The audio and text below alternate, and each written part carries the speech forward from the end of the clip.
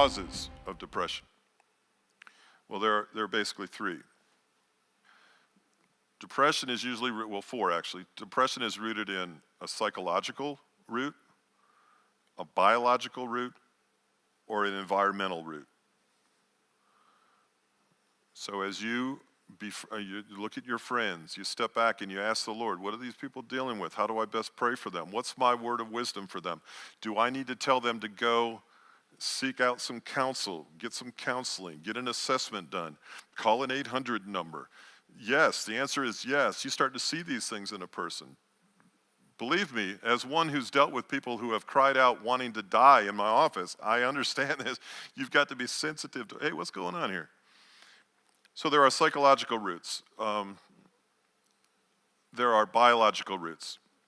There's a gene, the 5-HTT gene, that's when mutated, it gives someone a genetic predisposition to depression. Like addiction, which we'll talk about next week, depression, you can sometimes look back in your family history and see a bit of a pattern. It doesn't mean you're going to be depressed. It just means you need to be aware of sometimes that there's a greater likelihood of these things happening in your family. And there's nothing wrong with science that is measurable, observable, and repeatable informing us. Because we live in a fallen world, and sometimes we kind of inherit these things from one another.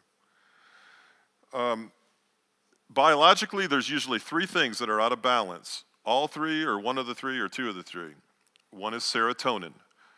So when someone's taking Wellbutrin or some kind of antidepressant medication, it's usually because there's some sort of serotonin imbalance, noradrenaline, or dopamine. Dopamine is a natural neurochemical that brings pleasure to the human body. If we don't have the ability to create dopamine or serotonin, physiologically we're out of balance, and a psychiatrist will try to prescribe something to bring that balance back into play. Dopamine is a wonderful thing, but it's also a horrible thing. We'll talk about that during addiction next week. The other is environmental.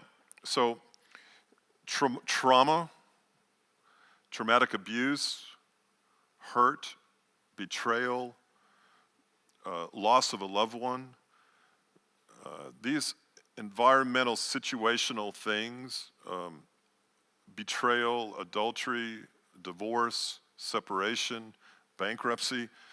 Man, the world has so many of these wonderful things to offer that we find ourselves having to navigate and steward and manage in our life.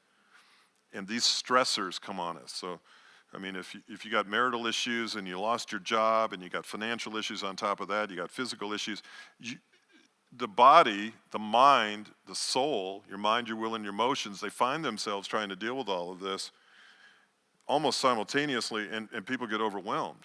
And they need someone to be there for them, okay? That's my point.